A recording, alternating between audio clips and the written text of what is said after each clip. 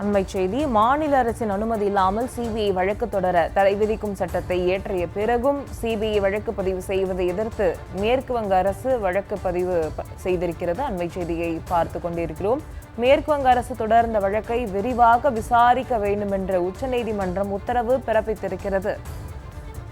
சிபிஐக்கு எதிராக மேற்கு வங்க அரசு தொடர்ந்த வழக்கில் உச்சநீதிமன்றம் உத்தரவு பிறப்பித்திருக்கிறது. மாநில அரசின் அனுமதி இல்லாமல் சிபிஐ வழக்கு தொடர தடை விதிக்கும் சட்டத்தை இயற்றிய பிறகும் சிபிஐ வழக்கு பதிவு செய்வதை எதிர்த்து மேற்கு வங்க அரசு வழக்கு பதிவு செய்திருக்கிறது. மேற்கு வங்க அரசு தொடர்ந்த வழக்கை விரிவாக விசாரிக்க வேண்டும் என்றும் உச்சநீதிமன்றம் உத்தரவு பிறப்பித்திருக்கிறது. முழு விவரங்களை எமது டெல்லி சிறப்பு செய்தியாளர் பால் முருகனிடம் கேட்கலாம். வணக்கம் பால் முருகன், விவரங்கள் என்ன? அதாவது மாநில அரசின் அனுமதி இல்லாமல் சிபிஐ வழக்கு தொடர முடியாது என்று மேற்கு வங்க அரசு அண்மையில் ஒரு சட்டத்தை இயற்றியது. இதற்கு எதிராக தற்போது ஒன்றிய அரசும் சிபிஐயும் உச்சநீதிமன்றத்தில் மேல்முறையீடு செய்திருந்தது. அந்த வழக்கினுடைய விசாரணை கடந்த 2 மாதங்களுக்கு முன்பாக விரிவாக நடைபெற்றது. அப்போது மேற்கு வங்க அரசு சார்பில் மூத்த வழக்கறிஞர் கபில் சிபில் ஆஜராகி வாதிட்டார்.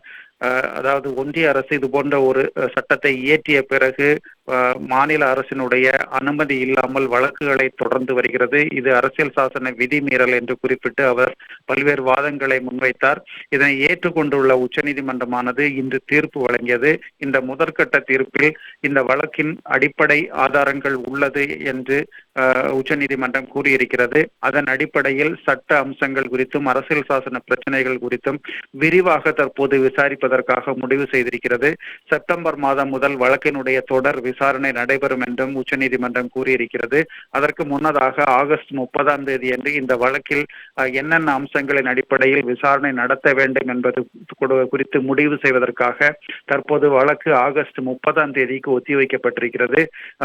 ஏற்கனவே மேற்கு வங்கம், அதே போன்று ஆந்திரா உள்ளிட்ட பல மாநிலங்கள் மாநில அரசுகளுடைய அனுமதியின்றி சிபிஐ வழக்கு தொடர முடியாது என்கிற சட்டங்களை நிறைவேற்றி இருக்கக்கூடிய சூழ்நிலையில் உச்சநீதிமன்றத்தினுடைய இன்றைய உத்தரவு மிக முக்கியமாக பார்க்கப்படுகிறது. சந்தா, சிபிஐக்கு எதிராக மேற்கு வங்க அரசு தொடர்ந்த வழக்கை விரிவாக விசாரிக்க வேண்டும் என்று உச்சநீதிமன்றம் உத்தரவு பிறப்பித்திருக்கிறது. அண்மை தகவல்களுக்கு நன்றி பால் முருகன்.